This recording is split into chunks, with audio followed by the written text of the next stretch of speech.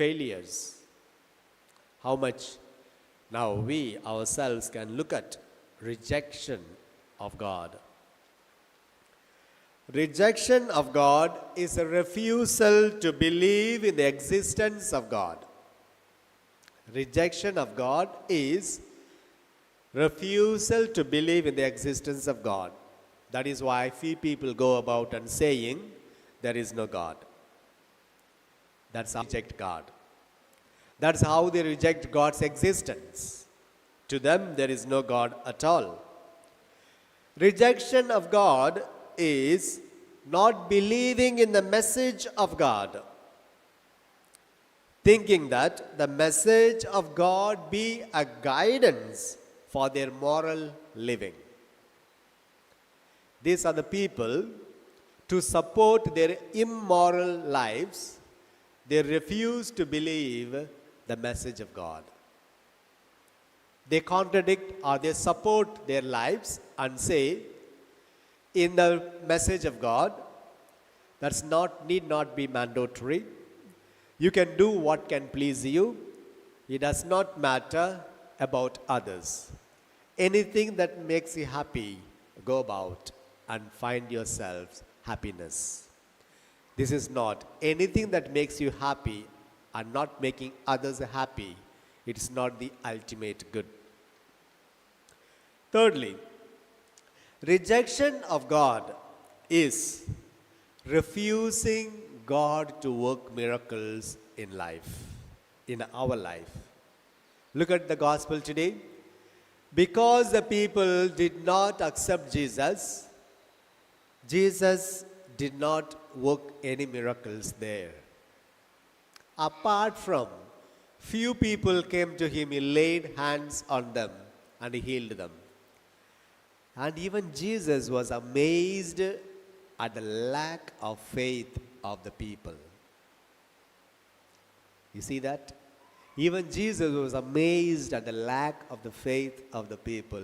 It is not only today that people don't believe in God. Even in the time of Jesus, people don't believe in God. So please, don't take offense when you meet a non-believer. Don't get upset when you see a non-believer. Because to believe in God is a gift. It's to be given to you.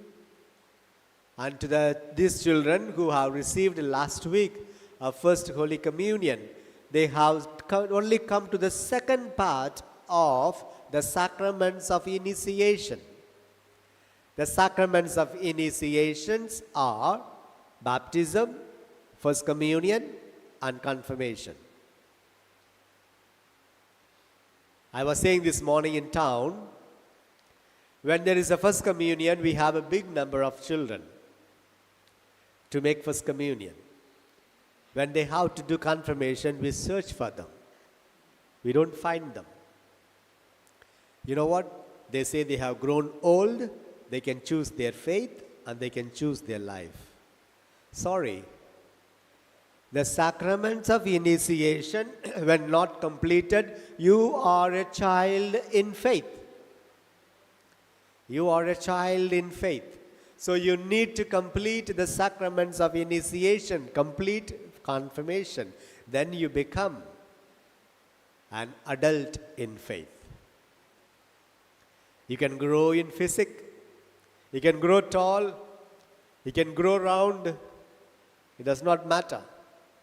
Unless you have completed the sacraments of initiation, confirmation. The first communicants, parents, the children who received first communion last week, it is nice to see them today. They look tired. You overfed them. You had a good party with them. That's very good. Parents, your responsibility begins.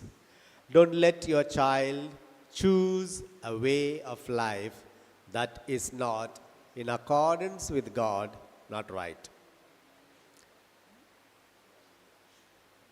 Instill in them this faith. This morning I was asking in town, the children, are you all going to come to church next week?